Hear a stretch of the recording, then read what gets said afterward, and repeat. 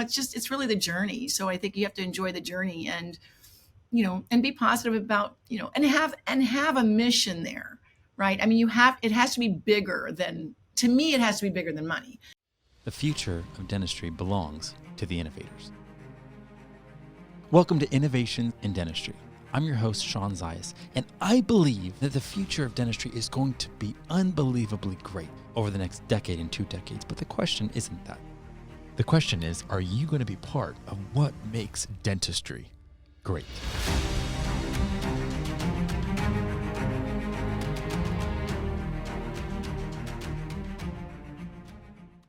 Okay, so today I could not be more excited to have the honor and privilege to be with Anne Duffy. You are famous in the world of dentistry, Anne.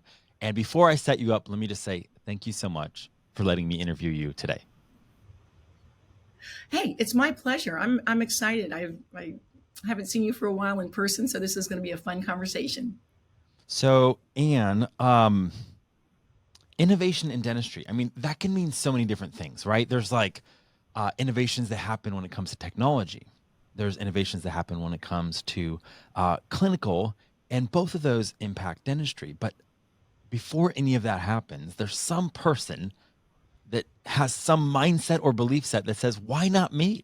Like, why can't I step up and pioneer positive change?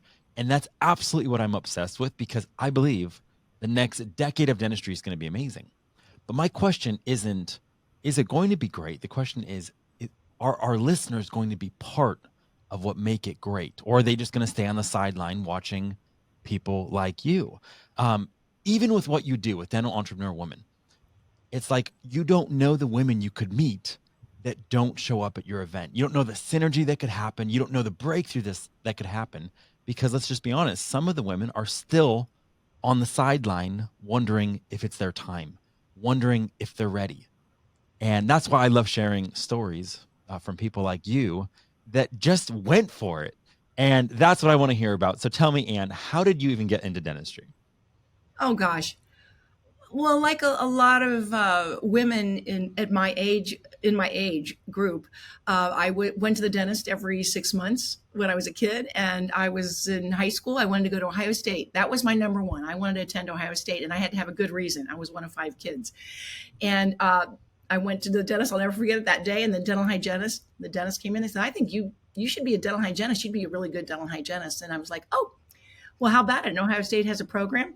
So mom and dad, that's what I wanted to do. And I went to Ohio State and I practiced, I graduated dental hygiene. It was not that I loved teeth and I had a major, problem and all of that. It was just, it looked like a fun occupation at the time. And I just went for it. Okay, so when is this? Like, were you a practicing hygienist? I mean, because I don't think you're practicing now, right? Am I correct? Oh no! I mean, this was like I'm going to say I was 17 because I went to college. And my birthday was, I was 17 when I started college, and so I was about 17, or well, probably 17.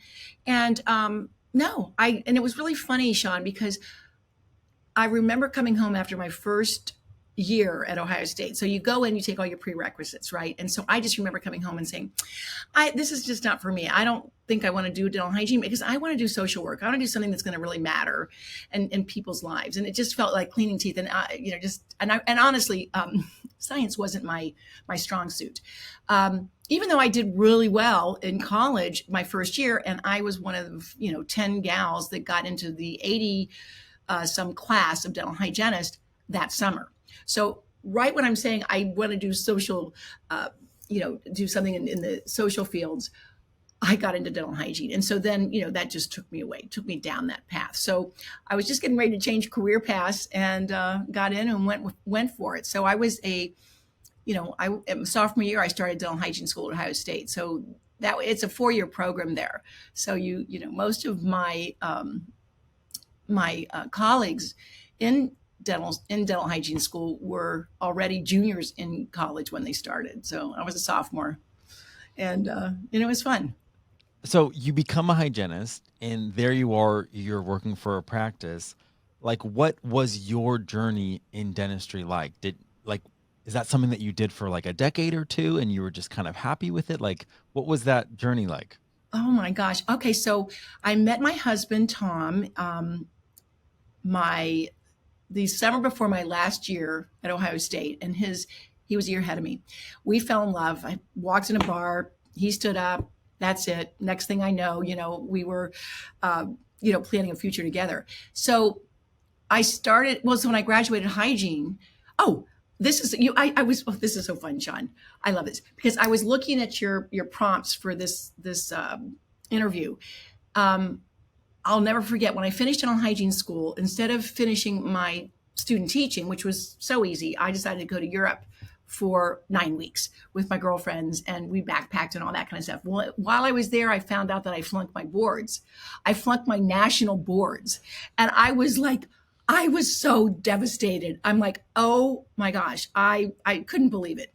So, and I think there were two gals in our class that flunked out of 80 that flunked the national boards. And I never told anybody.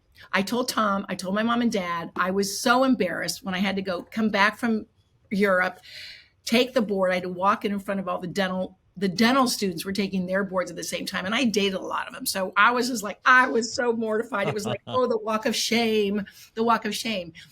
And that is a pinnacle part because you were saying something like, what are the lows of your career? That was a low. But I look back on it and it never occurred to me not to take the board again. Well, I flunked, but okay, I'll take it again. And I took it and I passed. And from that moment, Sean, Tom and I got married, maybe a year later. We'd known each other 2 years, got married, worked a year in dental hygiene. I had a great start to my career. I worked for a periodontist. He taught me everything. Then I ended up going to another dental practice. There were 4 dentists. I was the only hygienist. And I remember my operatory was in the basement. And that was when I lived in Dayton, Ohio. Delco had just put in a dental plan. So all the patients I saw had never had their teeth cleaned before. They were all smoking a couple packs of cigarettes. I'm the only hygienist. I remember having one set of instruments. I mean, I don't know. It was crazy. But I learned from the periodontist how to the craft of my profession, and I learned my speed from working with these 4 docs, right? And so, and that just started our marriage, our career in hygiene, and from there we moved 10 times before we got to Charlotte, North Carolina. So I took 7 more state boards because back in the day, Sean, you had no reciprocity. So every time we moved, I would have to face taking another board, 2-day test, 1-day clinical, 1-day written in 7 other states. So, I mean, I look, the thing is about that, I look back, I think, gosh, I had a lot of grit because I not only got to get the kids settled and all that, I studied for another board that, I didn't have a lot of confidence in. I was just going to breeze through it, right? And so we landed in Charlotte. So I always worked 1, 2, no more than 2 days a week after we had kids. And then maybe sometimes it was 3 hours a week or on a Saturday morning, depending on where we were living and what I was doing and what baby was just born. And landed in Charlotte 31 years ago. So it was the last state board I had to take at Chapel Hill, 2 days. I had to find my patient, get my blah, blah, blah, past that. And I've been working ever since. I literally just retired after 46 years of dental hygiene. I was in the trenches 46 years. I loved my career and I still do. I miss being in the operatory. So I always had my hand in it, so to speak. And I've got 7 state boards and I've worked it since the day I graduated dental hygiene. Yeah. It seems like you probably could have come up with a course on how to pass your dental state boards. Yeah. Katrina Sanders and I have a lot in common. She runs the course. I could probably, I don't know what it is. I think back on it. It's like, I knew pretty much, but I've also, one of the other pinnacle parts of my career was when we moved it was our 3rd move to Jacksonville, Florida. And I remember going to, like a seminar that I had read up about in the town. I wasn't working. I don't think I had taken the board yet. And I met a periodontist that was renowned in Jacksonville, Florida. And he was the father of periodontology in Jacksonville and in the Southeast. And so they saw something in me. They hired me on the spot. And that was an office with 4 periodontists and probably, I want to say 15 hygienists.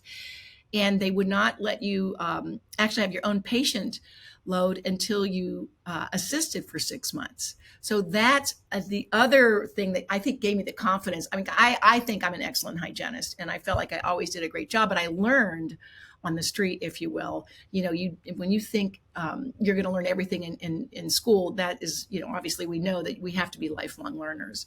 And so, I think it's taken the board, but I was confident in my skills, and I knew that, it was like riding a bike every time I, take off a little bit of time, have a baby, and go back. So, it was, again, clinically, it's been a fabulous career. And that was 2 years ago. I came back after COVID. I didn't want that to end my career. Yep. So I came back, and, I still go to the same dentist here in Charlotte, North Carolina. He's the, an excellent clinician. We come together. He's like a brother to me, and uh, I'm always been an Aaron Brockovich. I've always been somebody that has fought for the young people. If I go in for a raise, I'm going to go to get a raise for everybody, and I'm going to demand oh gosh, I just pretty much fight for the little guy, and that hasn't changed. Well, so I can tell you absolutely love dentistry and Yeah. you've loved being a hygienist. Now, I know dentistry is difficult, and I've heard from certain hygienists that, just the physical toll.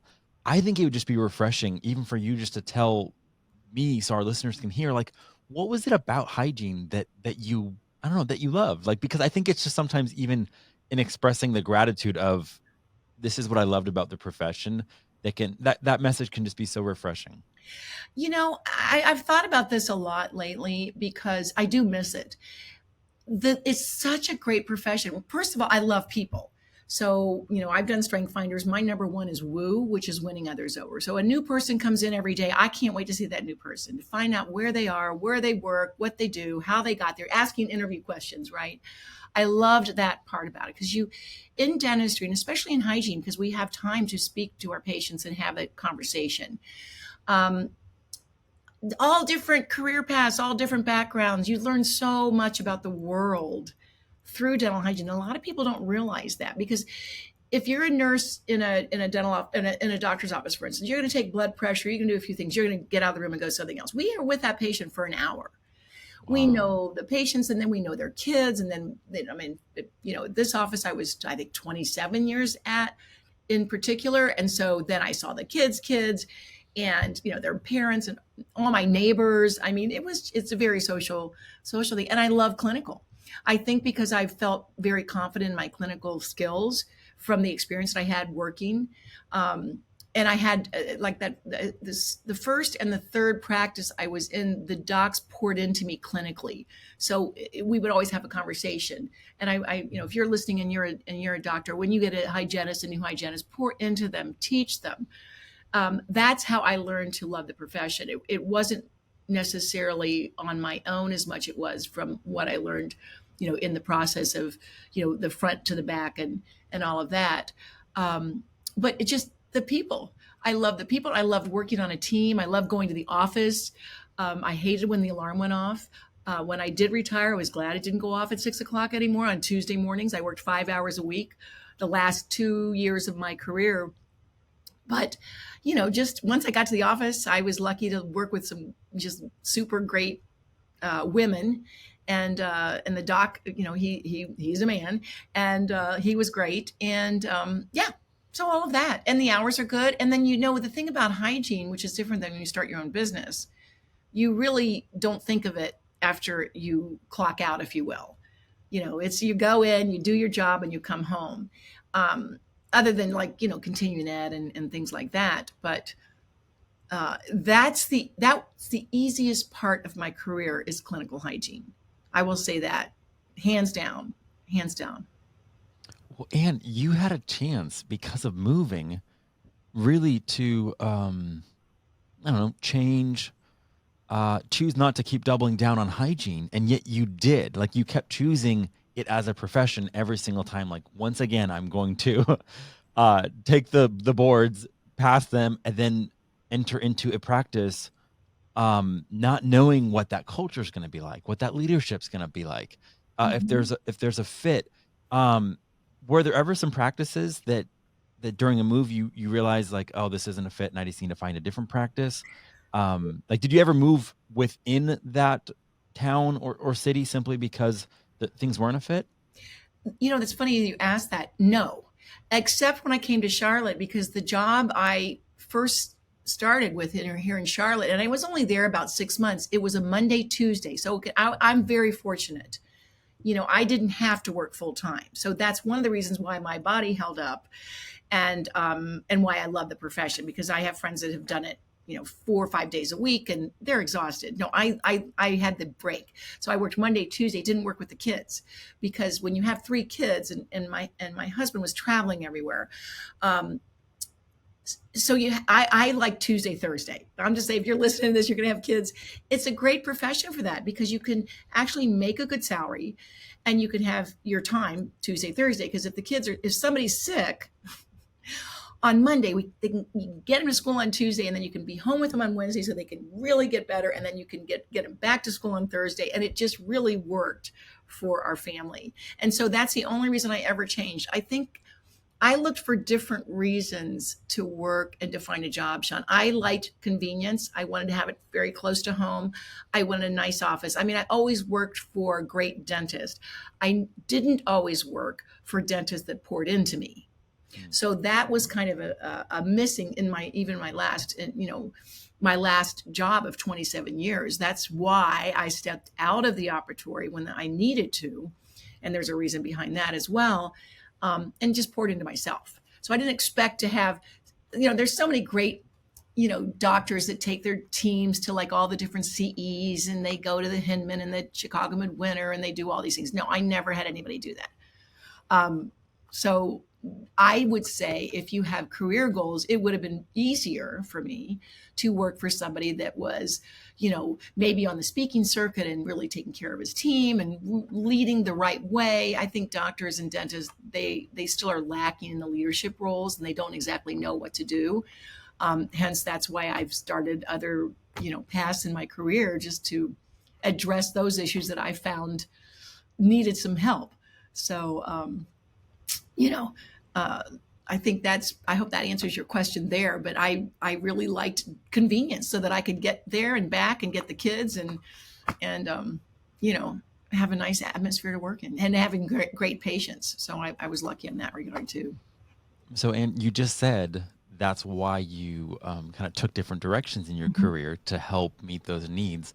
Did you always know that there would be something more for you in the industry of dentistry? And then, like, did you also know early on that you were a leader, or you had that, at least that capability to be a leader? Because it seems like you are just naturally flowing in these strengths and these gifts, and you inspire and you lead, and you're literally changing dentistry through what you're doing through Dental Entrepreneur Women.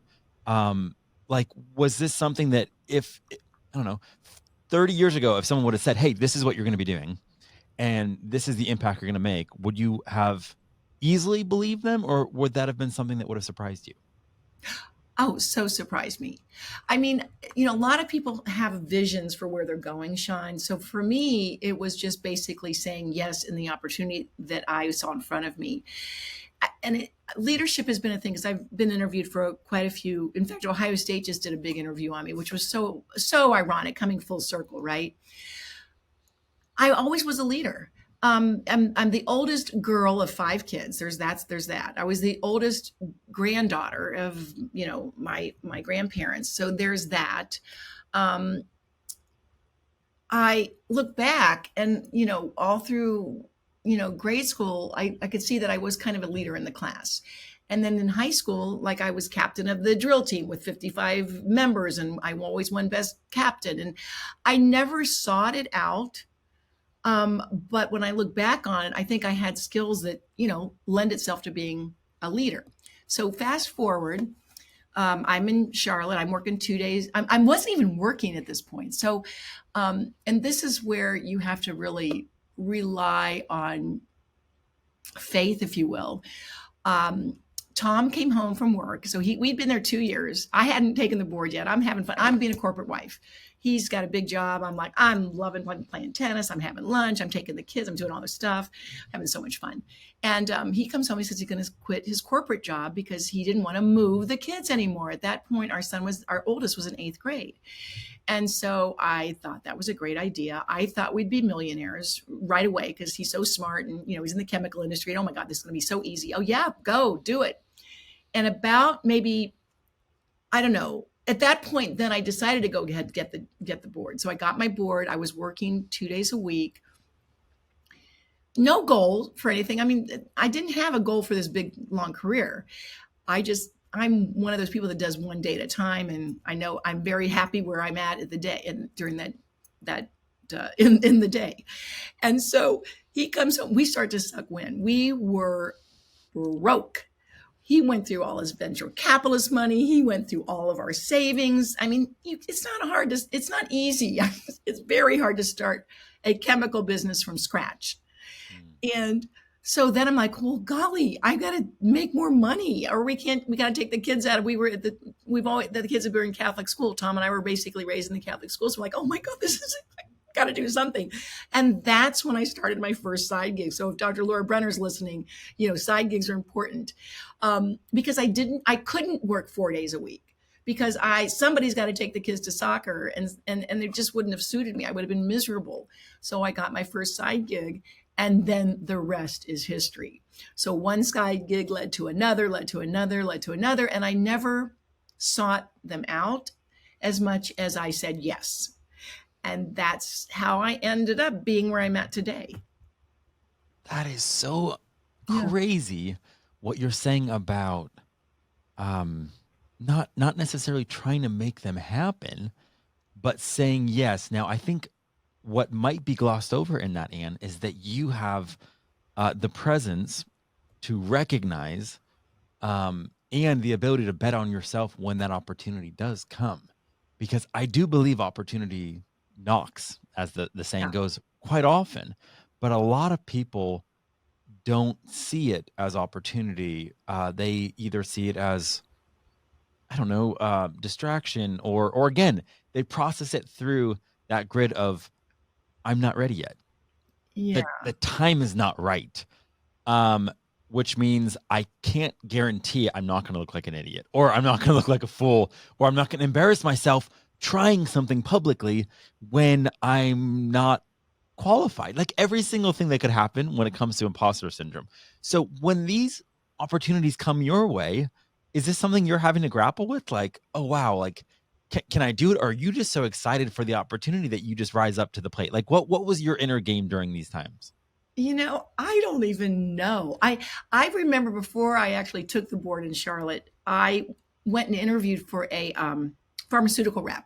I thought, well, I don't want to take another board. I'm done with boards. I'm just going to go take it. And I didn't get the job. It's the only job in my whole life I didn't get. And I couldn't believe it. I was like, what? I didn't get the job. I think because I went in and I said, well, I only want to travel, 1 day a week. Because now I tell anybody that's interviewing for a job, I said, just go for it. And then you have the opportunity to say, no, thank you. Right. But you go for it full gusto. So I went in halfway for that. And so that's when I said, I got to take the board again, because again, the money was there and the time, the commitment was there from a time commitment standpoint. And so then when you're desperate, Sean, you really say yes quite easily. So we had been using a product. It was OxyFresh. And to your, you've got the toothbrush, which I love. And it would have been in line with my OxyFresh business. But I fell in love with the products in the clinical aspect. I couldn't believe that nobody knew about OxyFresh and chlorine dioxide. And that's a very similar ingredient as closest to, but it eliminated, the sulfur compounds and it eliminated halitosis. That was amazing. And nobody knows about this. And so when I needed to earn more money, I said, I'll just build my OxyFresh team. It was a network marketing company. I was never going to do Mary Kay or any of that stuff, even though people thought I'd be good at it. I'm like, no, I'm not into it. But when push comes to shove and I can earn more money and I have a flexible schedule, I said, I'll do that. So that's how I got started. And I was very successful. I didn't think that I wouldn't be, but I also worked really hard at it. Like, they call it network marketing for a reason. You have to work it. And I was so scared that I was going to be I was scared I was going to be poor. Mm. And the riches to rags is hard. We lived a really nice lifestyle, and then being broke, I was just scared to death, and it probably still hits me now. God, I don't want to be in a nursing home. I want a remote control, and I don't care. I like a color TV. Other than that, that's all I need in a nursing home. So I'm pretty easygoing now, going forward for the rest of my life. But it was something that really, really was scary to me at the time, and so I'm sure I was just determined I wasn't going to give up. And network marketing is easy for me because I love people, and I had meetings, and I actually had the biggest team of female dental professionals in the company. So Wow. I got that. And then during that time, my side gigs I think are interesting. I met a guy at a trade show floor schlepping dental entrepreneur going up against dental economics, which was, David and Goliath. And I thought, I liked him because he was a great guy. And I thought maybe I could get him an OxyFresh at the time. And lo and behold, he calls me back a couple months later. And he says, "Hey, would you come on board? We've switched gears as dental entrepreneur, the business beyond the classroom, and we're going to go to all the dental schools. And would you sell advertising for us?" So again, I go, yes, because I can do that at home. He bought me my first computer. It was in our bedroom. I mean, I look back on that, Shauna, and it was awesome because the computer was in our bedroom. So the kids never had their own computer. I mean, our kids are older, right? So they always were, they were always, in our room doing papers. Tom and I are trying to go to sleep, and it's 11 o'clock at night. But they didn't have that opportunity to have their own computers or their own iPads or their phones. And our kids were lucky we were lucky to parent kids that didn't have all that stuff, right? So we were very successful right off the bat. We had, great sales, and that was twice a year. So I got to travel a little bit. And then I traveled with the OxyFresh. So those two things. And then I also started my own fresh breast center because I thought the products were so good. So I bought a limiter, I had my own patients. My boss gave me the back office, blah, blah, blah. All of that. So all of that, yeah, led up to what I'm doing today. So OxyFresh imploded on itself. They didn't pay anybody anymore. So I had more time to focus on dental entrepreneur. So I was working 2 days a week, and I was building dental entrepreneur. Recently, 2 years ago, we rebranded to Dental Entrepreneur, the Future of Dentistry. So that I was getting tired about the schools, and they don't go right into their own, practice right away. They go into the DSO, which is a good thing. And so, I had more time for that. And then with Dental Entrepreneur Woman, I just heard so many things about women not getting the same money, the same job opportunities, the C-suite. I was really tired of hearing the speaking engagements, and if they did, they weren't getting the same money as a man was getting, and they were complaining.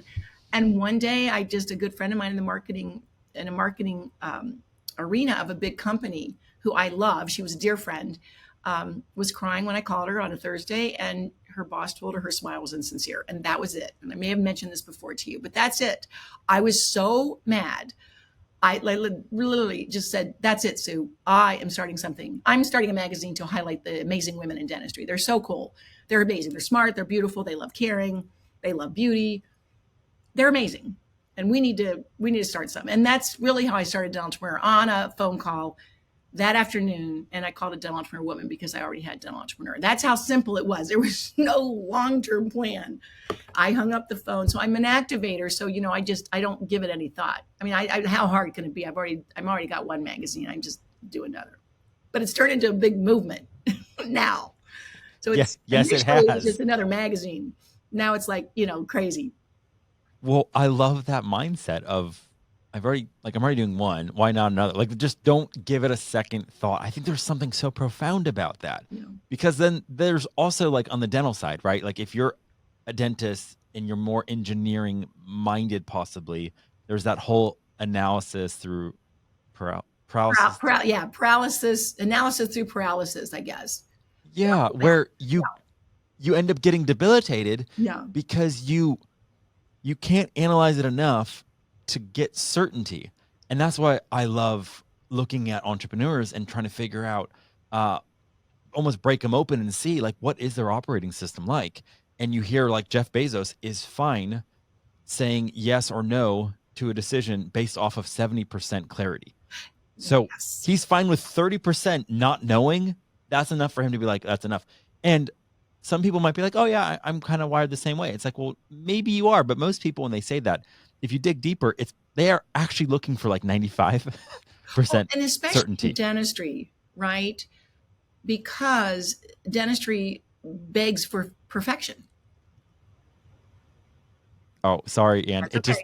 It's all It right. just paused, and I was like, That's "Oh, fine. all right." So what did you say? What did I miss? Especially in dentistry. So I think, I think if you're a dentist and you become an entrepreneur, you're actually an entrepreneur, just happen to be a dentist. Mm, Because a dentist, the true dentist needs to be perfect. I'm sorry, we say progress, not perfection. And of course, nothing's perfect. We know that, right?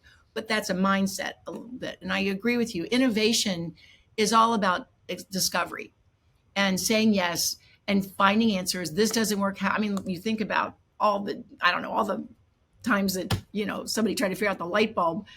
It wasn't the first time that it works. It takes millions of times to get something right. And it's really the journey. So I think you have to enjoy the journey, and be positive about, and have a mission there, right? I mean, it has to be bigger than, to me, it has to be bigger than money. Now, a lot of people, and that's just me. I mean, a lot of people start their business, they just want to make more money, and they can't do it in the corporate setting. Um, but I think, especially for women, I don't know how you're feeling when you're talking to in all of your interviews, but I think women have the heart for business is a little bit different. yeah, no, I love that. I imagine you had a really interesting perspective as well, Anne, because here you are. It sounds like you're such a supportive wife. You're believing in your husband.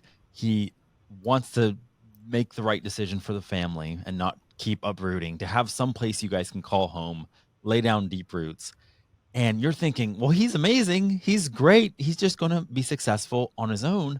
It must have been a really interesting dynamic, for you to witness that transition from corporate to entrepreneurial risk, startup risk. And then at the same time, the second you start your side hustles, now both of you are playing in this Yeah. entrepreneurial startup playground together, getting to, I don't know, kind of have each other's back and encourage each other, inspire each other.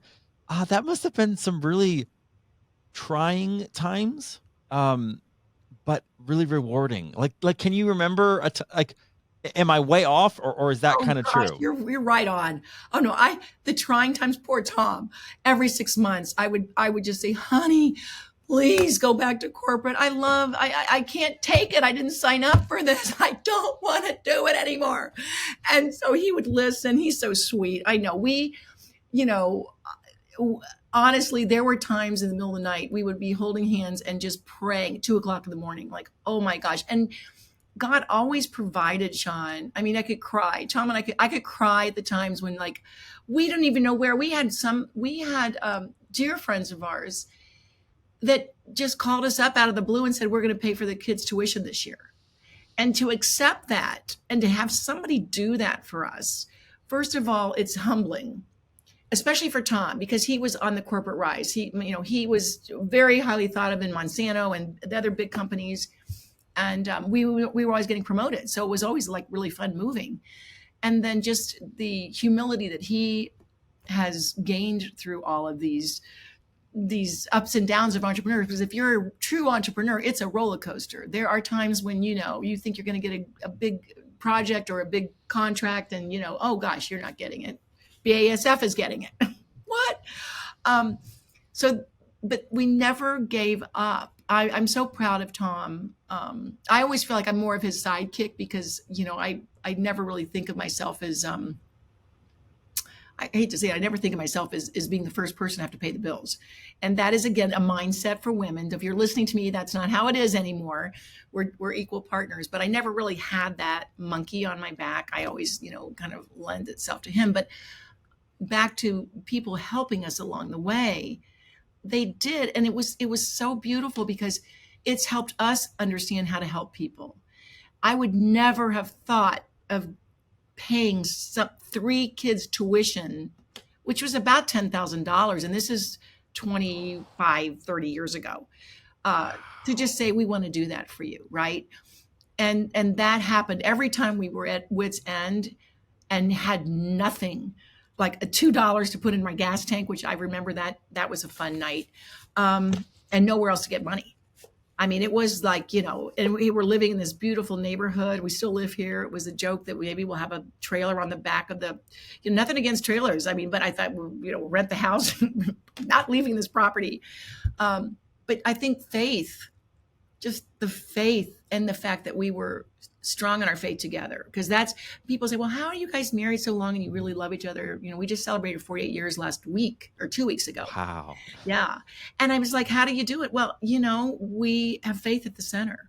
God's always been at the center from day one, our first date. And we could not have done it without that solid foundation. And then, just we're doing it. We're doing it, but we love what we do. We're probably, I don't know if we're going to retire. I think we will retire someday, but I'm going to be 70 in October and Tom's 71. Yeah, I know. Yeah, that used to be old. It's not old anymore, right? No, but you look unbelievable, Anne. Well, you know what?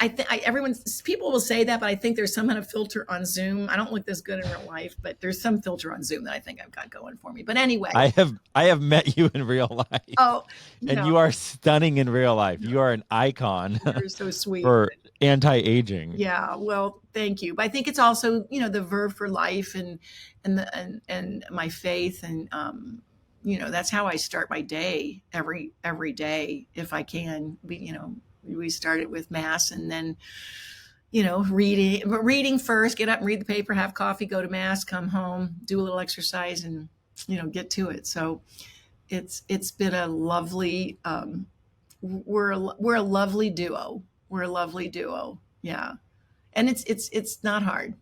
It's not hard. Duo. You can't say duo because I just think of I don't know. It's on brand, actually. It's been so much fun. I mean, I never had any idea that do would turn into be like, just do it. We're going to do it together. Let's go. I mean, we've just had more fun with that, and divine about it. I mean, again, I just came up with it that after it was 4:30 on the phone call, and 5:30 I came up with do, and then the rest is history. It's like, okay, keep it going. Okay. So there's two places I want to go. I'm trying to remember. I will remember one of them. But before we go to any of those, I just need to say, you exude, gratitude and grace. There's such a gratitude about the way that you approach life. And then there's such a grace that just surrounds you. And I just wanted to recognize that. Anne, it's a beautiful thing when someone is living aligned, fully aligned to who they are and who they're called to be, because they just get to effortlessly shine light. And that is you. So thank you for being true to yourself, because I know that takes so much courage. So yeah, you've blessed so many people because of that. So seriously, thank you. I think that's really sweet, Sean. I appreciate that. But I think, I did the Strength Finders. It's a big deal for me because that's our base with Do. We have our retreat. We base it on Strength Finders, and I took it at our church. So this was 14 years ago. And when I took it, it was, this is going to be my God-given talents. And when I then I studied it, and I facilitated all these young and older women and men, throughout the last 14 years at church. But it's not a spiritual test. It just happened to be that the guy that founded Strength Finders in the Gallup assessment happened to be a devout Christian. And so he believes they're God-given talents. So when you find those, so I don't take a lot of credit for this, because basically I'm also have positivity. How lucky is Tom that he's an entrepreneur and his wife is very positive. So I can almost turn anything into it'll be okay. No worries. We'll be fine. It's fine. Whatever, And so it's God-given, honest to God. And I'm very thankful for that, because I think that really comes in handy when you're married to an entrepreneur and you're an entrepreneur yourself. You can actually not stay down too long. You can get up.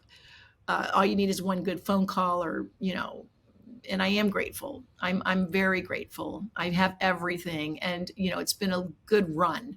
So, if something crazy happens, which it's going to eventually, I mean, we've been through a lot, trust me. I mean, it's not like this has all been roses and butterflies and all that. It's really how we've handled it. And I think for anybody, everybody's got something, and some things are horrific, but it's how we handle it. And I feel blessed to have gotten through a lot of this stuff, pretty much unscathed. Still plugging along. Okay, so I was thinking, like, again, because this podcast is really for those that are on the sideline. Uh, I mean, anyone in the game, this is going to encourage them to keep staying in the game. Mm-hmm. But I was thinking about it the other day because I was talking to a dentist, and he's like, Sean, and I feel like what you're saying backs this up. When you're a dentist or a hygienist, you have an amazing plan B, which is your clinical demand, your clinical skills, if you want to start a side hustle or if you want to do something else. You have almost that safety net of, I can provide value. There's a need for me in the marketplace. So if this little venture doesn't Yeah. work, you don't have that same risk because you can kind of just plug in to an existing structure where you can make money because your skills are very, very valuable. And I think that it's like the flexibility of hygiene allowed you to really get to express your creative, entrepreneurial, pursuits, especially when those opportunities came. So yeah, I think hygienists, even specifically, like have that ability, and that's really valuable. So I just wanted to kind of point that Oh, out. I totally agree with you. I mean, it's like, well, one of my patients said this when I was crying to her one day when we were like floundering. I'm like, she goes, Anne, don't worry. You're never going to be poor. You may be broke, but you're not going to be poor. And to your point, dental hygiene is a profession and dentistry is a profession. So you can always lean back on that. You can always, yeah, you can revert back. I mean, I could have done 4 days or 5 days a week. I could have done that.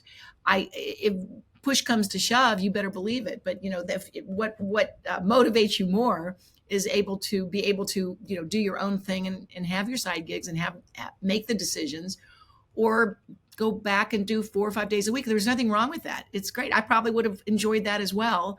I don't, again, I hear about bodies, but the hygienists that are doing that now are smart. They're going to the chiropractor. They're getting massages. I mean, I need to go get a massage. I don't do that very often, but there are ways now to get through, the ergonomics. We've got, Stephanie Botts, and we've got Katrina Klein that are, talking about ergonomics and all those things. So yeah, but it's a nice safety net to your point, Sean. Okay, so I want to zoom in on the genesis of Do, that moment. What year is this? 2016. Okay, so you're on a phone call and you end up hanging up, the phone call ends, and the emotion you feel is anger. You are indignant, you are upset. And I tell this to people, sometimes all you have to do is follow the pain, and the pain will show you what you need to do, where you need to go. It'll almost be like that plumb line, because you're just like, this is outrageous. Hmm? I need to do something about it. Yep. And I absolutely love that. So that's why it's like, even between the lines right now of what we're talking about, I hope our listeners are like, man, what is it that I feel so overwhelmingly? There's that fire in my belly that I need to do something about this. And yes, the time is now. It couldn't be more perfect. I just love that you had that foresight to just be like, look, this is unacceptable. I'm going to do something about it. Why not me? And you Yeah. just stood up and led, and the rest truly is history. Yeah. Do is so inspiring. It is so fun. What have you learned? If you could distill maybe one takeaway in this journey of yours over the last 30, 40 years, what was like a mindset you either had to embrace or a mindset you had to shed in order to get to where you're at? Oh, let me think about that. I think, if not me, who? If not now, when? And then I'm fed by the amazing women that join us, because so often someone will say, "Oh, I never heard of you," or "I didn't know this was available," or "Oh my gosh, it's so wonderful to have women that you can talk to, that you actually that abide by the principles of no scarcity mentality, of we're based on love, right? I mean, and everybody's welcome to sit at our table, and just thank you. So I mean, I am fed by that. I'm fed by the women that have joined us. And I love the men. All the guys want to be dudes. They can't. They're dudes. We've got like 75 now. That's a man that supports a woman in dentistry. Yes, we talk. And so, you know, I do think, thinking back though, there's got to be a reason for you, because you have to always give something up. If you say yes to one thing, you've got to, make room for, throw a few things out in your life to be able to do this. So, that takes passion, and it takes, and to your point, you got to get kind of mad at sometimes. I mean, with the whole oxyfresh in the beginning of that, is I couldn't believe that people didn't know that this would help them with their halitosis, because they were going to the gastroenterologist, they were going to all these doctors, and all they had to do was use chlorine dioxide toothpaste. I mean, their teeth, believe it or not, they had beautiful, healthy gums. And so I just was outraged at that they needed to know more about that. So you have to have a driving force. Again, it's got to be bigger than you.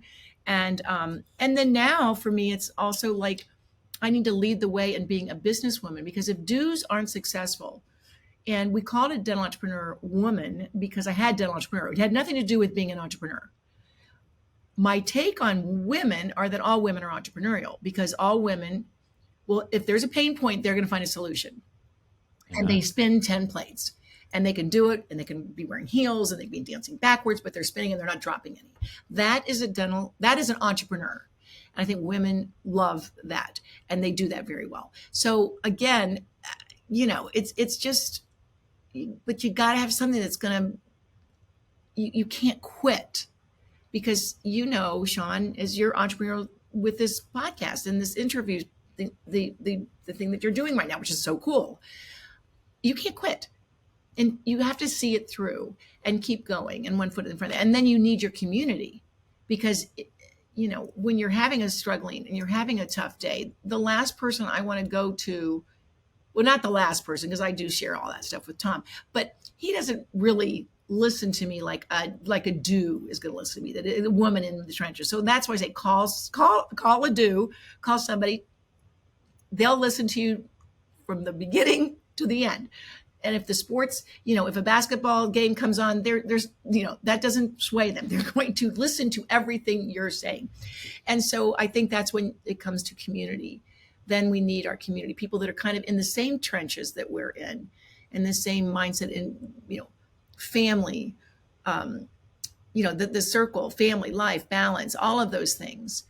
And I think women get each other.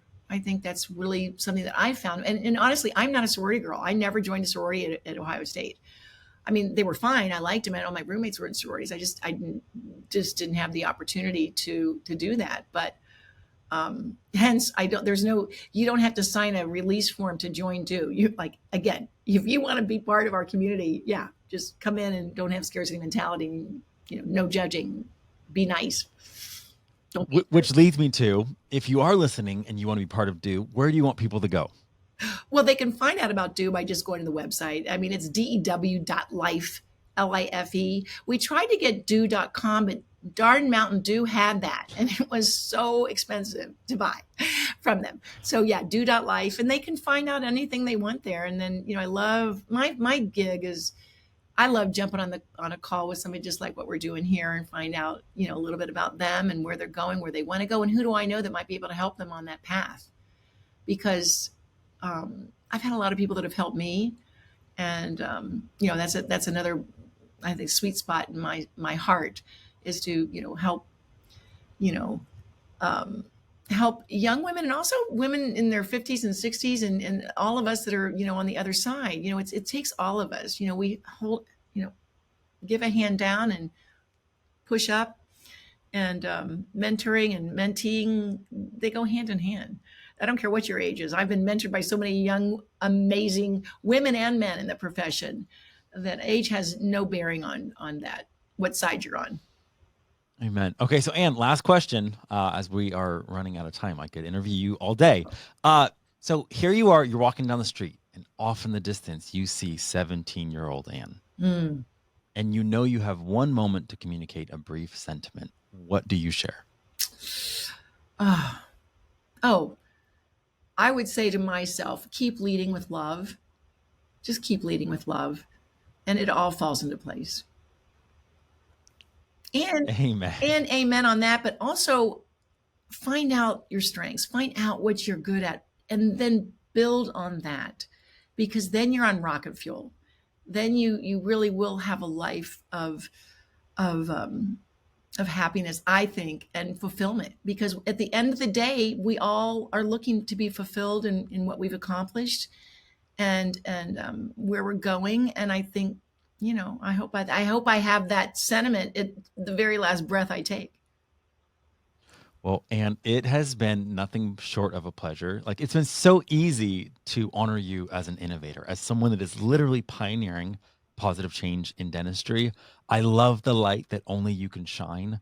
And I love just that impact that you're making. Know that I'm 100% in your corner. And I just want to say thank you so much for letting me interview you today. Oh, Sean, thank you. It was an honor to be your guest today, and I wish you nothing but the best. I know you're making a big difference in our industry and beyond. So thank you, Sean. Thank you, Anne. Thanks for listening, and be sure to follow so you never miss an episode. To learn more about what's going on in dentistry, check out innovationindentistry.com.